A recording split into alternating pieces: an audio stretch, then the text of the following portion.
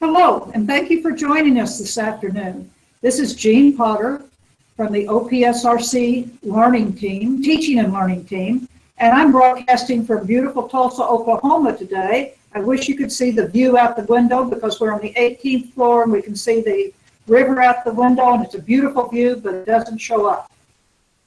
Joining me today is Jeff Pritchard, who is our statewide NWEA coordinator for the OPSRC.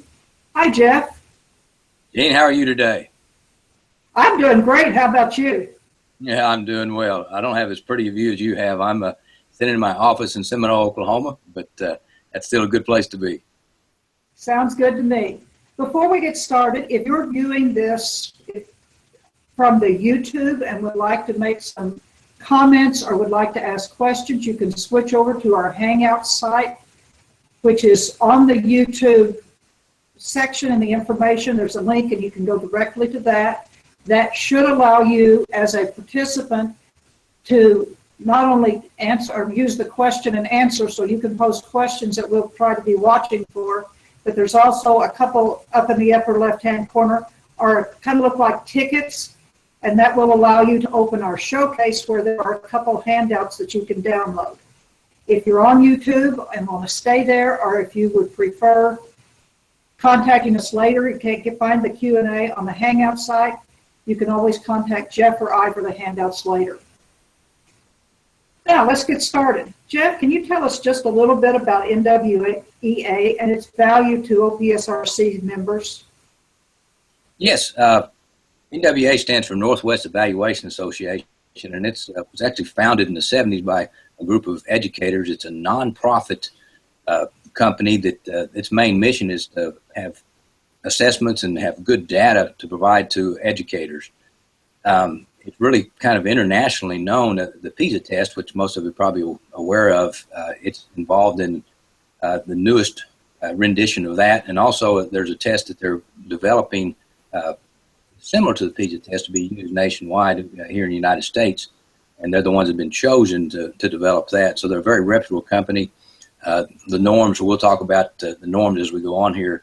Over 11 million students are used for the norming portion of it, and so it's really very reliable. And as far as how the OPSRC is involved with them, we just believe that it's a very valuable tool, and we used it here at Seminole starting, I believe, in 06, 07. And you get a discount through OPSRC if you're a member for purchasing the assessments.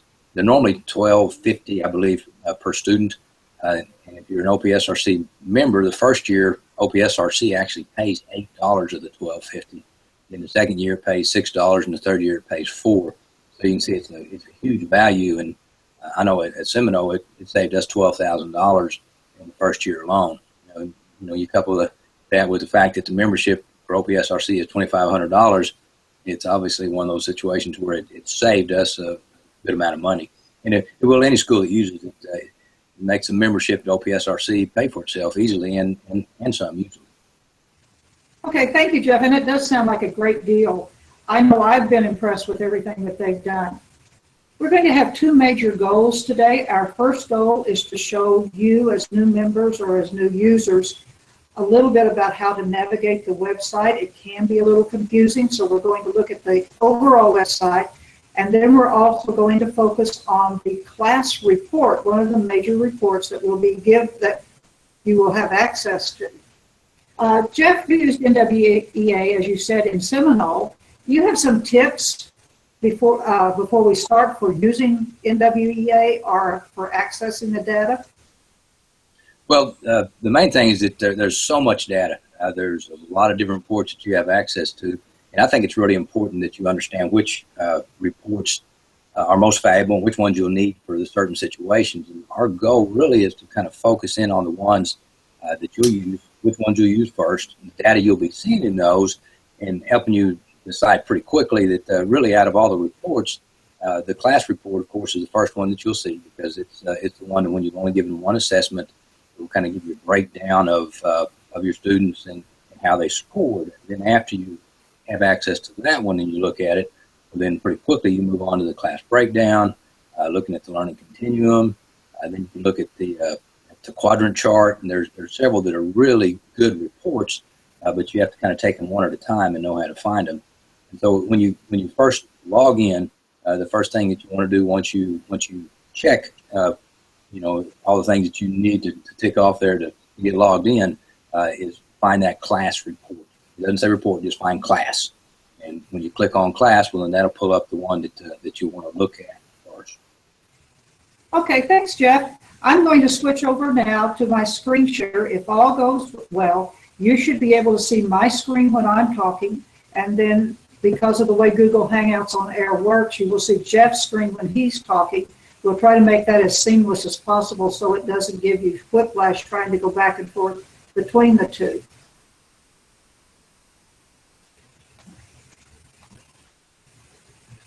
Okay, this is the screen that you will see when you first log in. And let me switch over so I'm actually doing something with that screen. This is the NWEA home screen. And before we look at reports, there are some things here that could be helpful for you. Number one, there's evidently, this is where they put things that are of major importance that have changed so that you know how to log in or how to get your student data put in properly. There's a short tutorial group online. There's a using the map or the report, so helpful topics there, and some quick references. All of those may be things that you want to check out the first time you go in or as you have some time. We're going to focus just on the reports and go to that. So over on the left-hand side of the screen, there is a link called View Reports. It's a pull down, and you simply click on Map Reports, and that will take you to the list of reports that Jeff was talking about.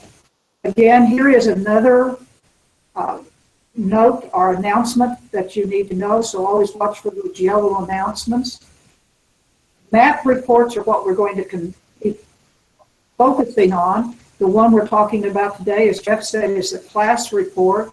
He also has talked about the quadrant chart summary, and the learning continuum, and the class breakdown. We're going to do the class today because that's an easy one to take a quick look at. But on that same page, there are some other boxes that will become handy as you begin to use that. There are notes, so important information or announcements. The reports queue, I'm going to switch to that because I want to make sure that you understand what it looks like, and it doesn't always go to that. So I'm going to quickly switch over to the reports. This is where your reports will show up if they're in a PDF form, and they stay there so that you can see what's going on afterwards. I believe it says somewhere down here that reports expire after 14 days. Okay, so I'm going to go back now to the map reports. The other things on here, there's an export scheduler for those of you who are involved in exporting your data. There's a search, and again, an information center where there are some reports, information, some references that may be helpful. We're going to give you just a quick overview today. So let's go to the class report. I'm going to click on class, because as Jeff pointed out, it does not say reports, so it gets a little confusing. You're going to select the term that you tested. In this case, we're going to select spring of 2015. Your view will be a little different than ours because we have a demo for administrators, so it has like several schools. Teachers won't have as many, but if there are any administrators watching, yours may look very much like this. We're going to focus just on one school day. Then on one teacher.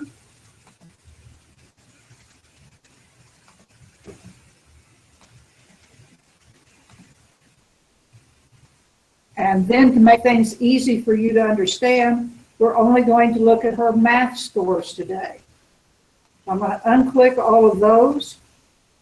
There are different groupings if you want to group them by gender or ethnicity. I'm going to leave that at none. Sort order, I'm going to leave it at the test grit score because that seems like an easy way to do it, but if you would prefer it by student name alphabetically, you can do it that way. These are radio buttons, so you can only choose one. but the check boxes, you can choose 2 or 3 if you, depending on what the options are. We're going to start with goal descriptor, and then we're going to change to ranges so that you can see how both of them look. Once I've got my options selected, I'm going to create PDF report. Sometimes that will send you to the queue if it takes a little while, but usually it sends you directly to the PDF. And it will sit here and blur, and this time it sent me to the queue. Okay, just because it wanted to make me a liar. It sends you to the queue. Just choose the one that you just created, and you can see what time it was placed to get an idea. And there it comes. And then click on View or Print. Okay, Jeff, I'm going to turn it over to you so that you can explain the report.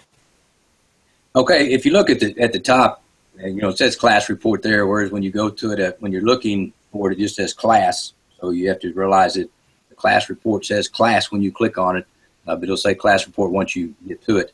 There's a little bit of information at the top. You see what classroom it is. Also, you can see over to the far right, you see how many weeks of instructions. We chose the spring semester just at random, but you see that they've had 32 weeks of instruction. If you give this first thing in the fall or in August, then obviously you're going to have 1-2 weeks of instruction before you get the test. Then you get over here to where it says summary on the left-hand side. It's going to show you the number of students with valid test scores, the mean RIT, which I need to explain RIT to you. I think everybody that uses NWEA obviously knows what RIT means, but if you don't use NWEA, you won't understand what that means. RIT stands for Ross Unit. It's named after the man that came up with the idea. And what it actually stands for is it's more or less a scale.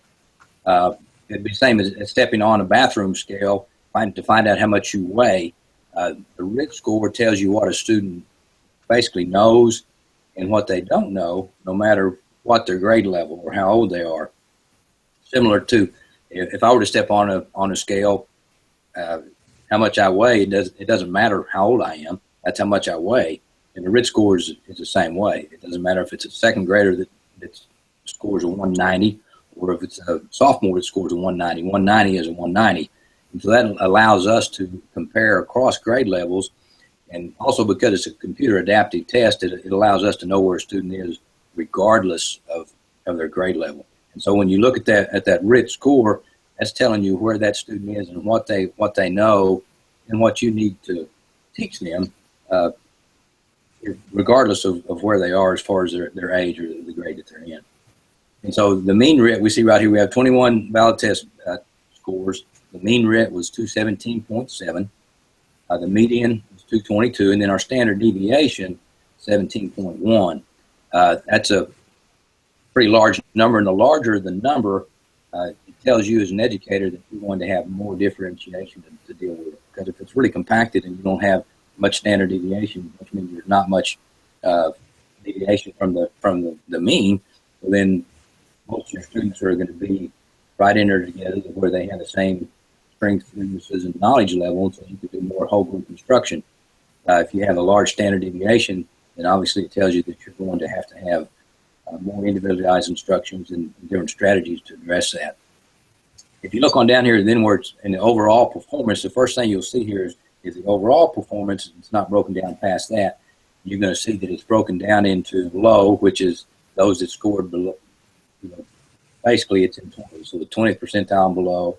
Low average is 21 to 40th percentile. And this is based off the national norms, which I don't know everyone understands what the norms mean in the national norms, but just to make it really simplified, it means if 100 students took this test nationwide, this one student, if this student scored 20th percentile, it means that if the student scored better than 19 of the 100 students. If the student scored at the 40th percentile, it means that student scored better than 39 out of the 100 students. And so that tells you, where you are. Now it's a wide range because you have, 20 percentage points in here. And so this doesn't tell you the specifics that you need to know.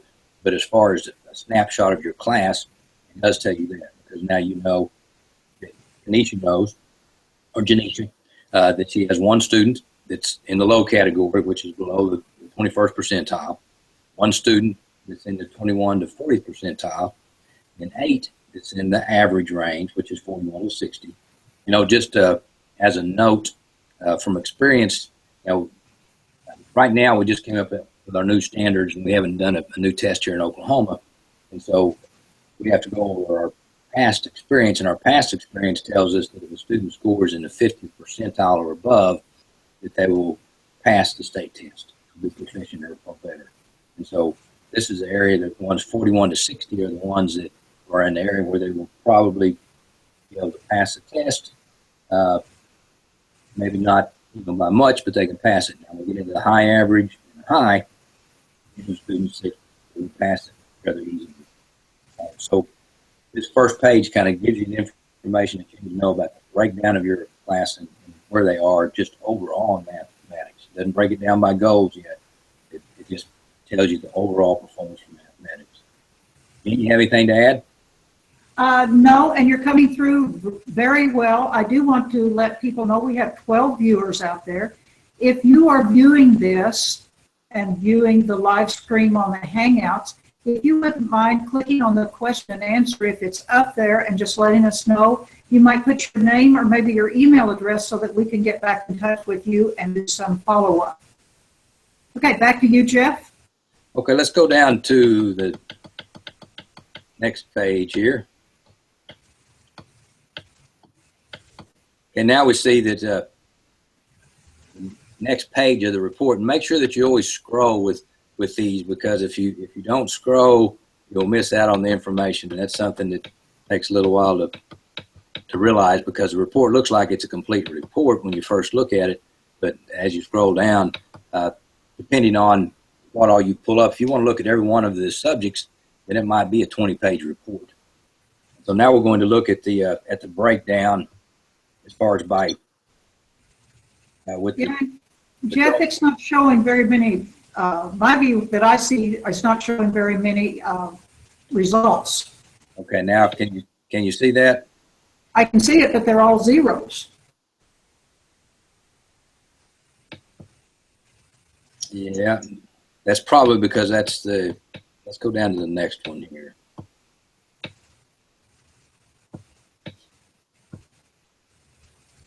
Yeah, this shows it a little bit better, and yeah, because this is sample data.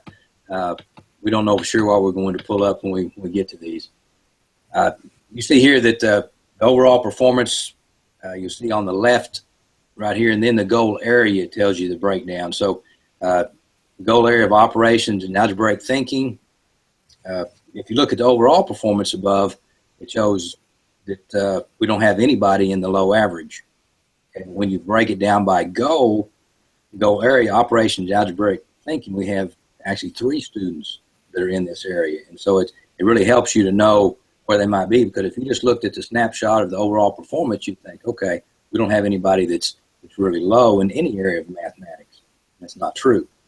We have 3 that are in the low average in the first goal area. We have 1 in numbers and operations. We have 3 in measurements and data, and we have 4 in geometry. And so obviously top area can be a bit deceptive because it just tells you that overall performance, and it doesn't really tell you where they are as far as breaking it down. So that's where this is beneficial, that it really lets you break down your class by the goal area and see where you are. And so I highly recommend that you look at this after your first test for that very reason, because it tells you by goal area where your students are, and it tells you by percentage. Now, the next report that we'll look at is actually the same report, but we can change the parameters and modify our options. Instead of showing the low, average, and high average. Let me get down to the next page. I jump ahead sometimes. Once you've looked at this, it kind of tells you where your students are, where your class is, and so you know the range and you know where you are with each of the goal areas. And then as you scroll down, now you get a breakdown of all of your students. Can everyone see this? Can you see this, Gene? All right? Yes, I can. Thank you. Okay, now we see this is all the data that we kind of need to know from this very first test as far as just the data itself. We see as student's name, the grade that they're in. Of course, I'm assuming this is a homeroom setup where they have, because you notice here we have second graders and fifth graders. I doubt if any of us would have that type set up here, but the sample data, that's the way it is. Now, the next thing you want to know is in the RIT, which we understand what the RIT means. This is actually the RIT range. The one that's bolded is what is considered to be this student's score. So in this situation, this is Faustina, and Faustina is considered to have a 197 RIT, but the range where you have the plus or minus the standard measure of error is 194 to 200. So that kind of tells you the range in there, and then the percentile. So the one that's bolded is one that's considered to be the RIT for this student, and then the percentile is where they would stand in their national norm percentile. And so Faustina in this situation would be in the 64th percentile, which we've talked about what that means before, that she scored better than 63 out of 100 students, which is as you find pretty quickly is pretty good. Then the test duration is going to tell you how long the student took to take that test. All these show 60 minutes because this is sample data, but what you'll find is that this will vary greatly. And if you find one that scored poorly and didn't take very long to take the test, then there's a pretty good chance that they didn't put a lot of effort into it, and you can have them retake that test, because this isn't like the state test. You have a window that's open that you can have them take it multiple times to try to get the data, because the whole idea is that we want good, solid data. If they didn't try on the test, then we're not getting the data that we need. And so you can have them go back and retake the test as long as the testing window is open. If you have one that the test duration is not very long, but they scored well, they could have just known the subject matter well and did a nice job on it, so I wouldn't worry about that much. But if the test duration is short and they didn't score well, you might consider retesting that student. And then we move on over here to the right, and you see that once again we have the breakdowns of the goals. We have the A column is operations and algebraic thinking. High average, which remember we have those 20% points there. Now the next report we show you actually will have it by RIT range. So it'll show you the actual RIT versus high average, high, low average. So the first report, when you click on it the way we did this time, you're going to see this column to the right in this format where you have the average, high average, which can be good because you know real quickly whether they've done well or not. But once you really get into using the RIT score itself, then the RIT score becomes more valuable to you, because when you can actually see that RIT score, then you can tell where that student is more specifically when you go to the learning continuum, which we'll do it when we get through here. Jean, did you have anything you wanted to share on this? I think I'm good. I think I'm going to go ahead and screen share, and we'll go back and show the other way, which is more valuable, and go from there. Sounds good. So I am screen sharing, I hope. There we go. We did some spring, so we're going to do spring again. I'm only going to do the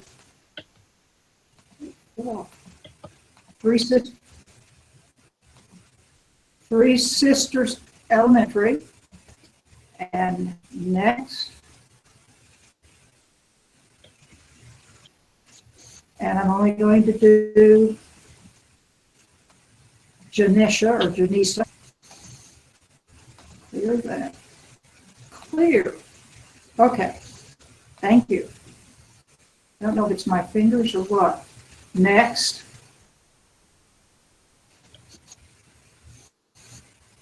Then it can't complete it. Let's try that again. Next.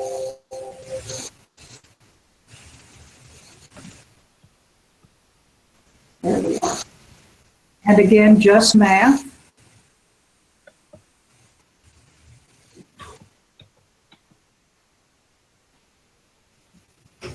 And this time, as Jeff pointed out, we're going to look at goal RIT ranges instead of the descriptor. I can see the descriptor for just kind of looking at it and saying, okay, I've got several these students in these particular groups. But then this one is much more valuable for when you're actually looking at student scores. And it will take a moment. Or maybe several moments. Jeff, like I said, we do have it, from my view, it looks like we have about 10 or 11, 10 or 12 viewers. Good. So Good this is deal. I've got mine pulled up while so you're this working one. on that. I've already You got it? scrolled. I've already scrolled down to show the goal performance on the report, just to show you the difference. If you can see mine here, now we're looking at Faustina's. Instead of it showing average, high average, look over here in the category of A, which is operations and algebraic thinking.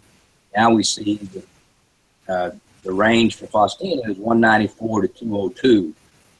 In numbers and operations, the range is 192 to 202. And then measurement and data is 190 to 200. So that allows us to have a little better breakdown as far as where we are. Now, I'm scrolling over a little bit so you can see this better. The bolded area is the area of strength for her. And then the area that's in italics is usually the area that's the weakest. If all the areas are strong, like we see in our second student here, and all of them are bolded because they're strong in all these areas. And so that allows you to kind of quickly see where they are exactly with the range is. Now, when you look at it, you see average, high average, low average, that type of thing. You're looking at a 20 percentile range. This way, you're actually just looking at a RIT range. You're breaking up a little bit, Jeff. Okay. This just allows you to see a RIT range rather than seeing it in terms of high, average, low average, that type of thing. Down, and that one's one that you can see that there's an obvious difference between some of his scores. So this really gives teachers the ability to drill in and say, okay, this student's doing well here, but I really need to work on this other. Yes, exactly. Because you look at Micah's scores in A, the operations and algebraic thinking, 205 to 214 is a huge difference of on up there, and you get into C of 218 to 228. So that makes a big difference, and you can see real quickly the areas that Micah needs support in. And when you're taking your whole class, well, then you can look and see, okay, these students are all in this particular RIT range, or the RIT range is more accurate for you than the percentage range would be, and you can kind of customize your instruction for them. And also, if you have the capability at your side of tying into Study Island, OdysseyWare, Compass Learning, any of those, NWEA has working agreements with those particular software programs to where they can take a RIT score and customize a lesson for each of your students off of that RIT score. And also, something we'll talk about probably at another time is that you can go in and with your learning tools on RIT to resources and find things like the Khan Academy that will show you a RIT score, and you can have lessons that are for that particular student at that RIT range. Okay, Gene, let's take them to, because this kind of shows everything that they'll need to know basically off of this first report. We don't want to get too lengthy with it, but let's take them real quickly and show them what they will do with these particular scores. Because if they see that, say, with Faustina is a 194 to 202 in operations and algebraic thinking, that's great to know that, but what does that mean? What does that tell an educator that Faustina is able to do? What does she know? What does she not know? Just seeing this score really doesn't do anything for me besides tell me, okay, that's a number. But what does that number tell me? So it's important that all of our educators be able to know what that number means. And the only way you can do that, or the way to do that, is simply by going to the learning continuum. Okay, so I'm going to head back. Hopefully my screen is now showing to everyone. I'm going back to the map report. So that's our page where we just keep continually going back to as we need more information. I'm going to move down past the one we were talking about, past the class, down to this learning continuum. Click on that one. Better to go to the class view or to the... I actually went ahead and went to the test view just because I prefer that myself. Now, as you can see right here on the test view, the only difference in this, I like the way it's set up. but it doesn't show you where your students are. So you actually have to kind of take a print out and look where they are. Whereas when you look at the class view, where your students are on that learning continuum will display on the side. But to me, I don't like the way it shows the learning continuum as well. So I'm going to select a RIT range here. Let's say 181 to 190. So this is going to be the range we're looking at. And so we're going to be under operations and algebraic thinking, and we're going to look first at represent and solve problems. Okay, now you see right off the bat, this pops up that shows these are the things, the ones that are in this area, the 181 to 190, these are the things that need to be further developed. They can answer these questions at probably a 50th percentile, which would be right in the mid-range for their age group. At the 50th percentile level, get about half of them right, half of them wrong. So it needs to continue to be developed. The things that need to be reinforced, they answer probably at a 75% accuracy rate. And then the things that need to be introduced are the ones that they haven't mastered yet at all. And so as you scroll down, you can see that it shows us that right now, as far as number of sentences, equations, and equivalents, need to be the things on the left-hand column are the ones that need to be reinforced. The things in the middle are those that need to be developed. And then to the right, in the 191 to 200 RIT range are the things that are ready to be introduced. And so now we know from the RIT score exactly what it means that the student is able to do and not able to do. Now, we can take this on down to as far as you want to go, as far as the skill level and what they can do. If you see here, 151 to 160, pretty simple what they're able to do. And 161 to 170, they have the ability to decompose whole numbers within 10 in more than one way using expressions, decomposes whole numbers within 10 in more than one way using models. And obviously, part of the reason this goes that far is because this is map for primary and map, which means this goes all the way down to kindergarten level. Now, you could have a student in the 3rd or 4th or 5th or 6th grade that could still score in this area, that still struggles with some of these skills and concepts. And if that were the case, you need to be able to know what they still struggle with. And the learning continuum allows you to be able to find that. So if I'm teaching a 6th grade class and I see that I've got a student with, in this particular area, operations and algebraic thinking, as far as the represent and solve problems area, if they scored in the 161 to 170, then I understand that they still have some struggles with these things that are in this column. So that tells us where we need to kind of start our instruction or tailor our instruction, and what that really tells us too. And then you can scroll on down and it shows you as you go all the different things that they can do pretty well. They can do about half the time, and things that they haven't really been introduced to or they don't do well. And so this kind of helps you know where the students are and what instruction levels they need and how you will have to address each of your students. Now, obviously, if I have some students that score in this area, 151 to 160, in this particular goal areas in math, and I have others that are way on up here in the 221 to 30 range, then there's a huge difference, and I'm going to have some really, it's going to take some time to set up some lessons that you can get the concepts to all the students in a way that they can understand it, because your student that scored down in the 151 to 160 obviously is going to have a real hard time evaluating linear expressions that given values with variables involving positive rational numbers. It'll be a little bit difficult for them. And hopefully you don't have that wide of a range. We looked at this one, there was only the standard deviation was 17. So you're not going to look at nearly this much of a range for your students. But is that outside the realm of possibility? Probably. Probably you might get this range, though, 191 or even 201 to 210 with some of them that are down here in 151 to 160. So anything's possible in a classroom too, but you could very well get a pretty good range, especially in our elementary classes where our excellent elementary teachers are tasked with having a class full of learners at a lot of different levels, teaching them all the different subjects at once. And I really appreciate our elementary educators because they have a difficult task. They really do. Amen to that.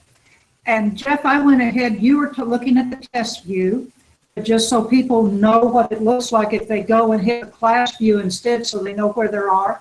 I left mine in the class view, and there are some display options. I can group by topic, or I can group by standard, but let's just leave it on topic, and I'll very quickly just pull up one of these so you'll see the difference in what it looks like. So this is the class view, and as Jeff pointed out, it shows what students are in these different RIT ranges. So in this case, the class has no students at 151. They've got one student at 161, and if I keep going down to fraction and decimal concepts, there's the same students going through there. So a good way to look at where the students are, and if there are 2 or 3 students in one range, then you know a small group that you can put together. So that was the continuum. So we looked at the class report, and we'll go back and look at the learning continuum again. And probably I would say we're going to do class breakdown next time, but hopefully we're going to do, we'll do the class continuum probably right after that, or maybe in conjunction with that. As we've been talking, I haven't seen any questions come across. So if you have questions that we didn't answer, or you would like some more information, or specific things that you think we need to cover, you can contact Jeff or I. Jeff's email address is jeff.pritchard@opsrc.net. Mine is dean.potter@opsrc.net. And if you can't remember that, you go to our website, which is opsrc.net, and then you can look up the staff. Handouts, those were on the Hangouts live site, but if you didn't get to that, there'll be some handouts posted on the website. We're not just square.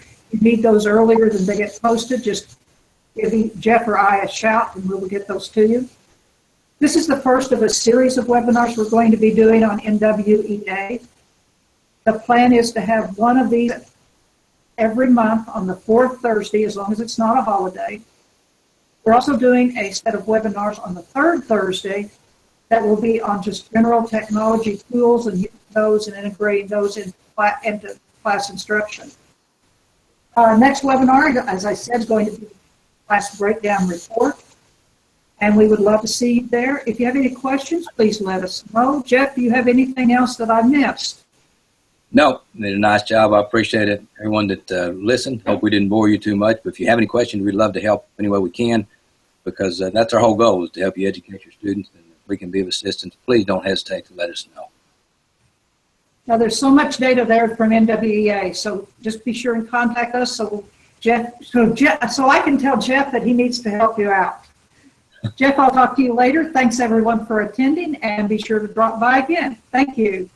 Bye. Bye-bye.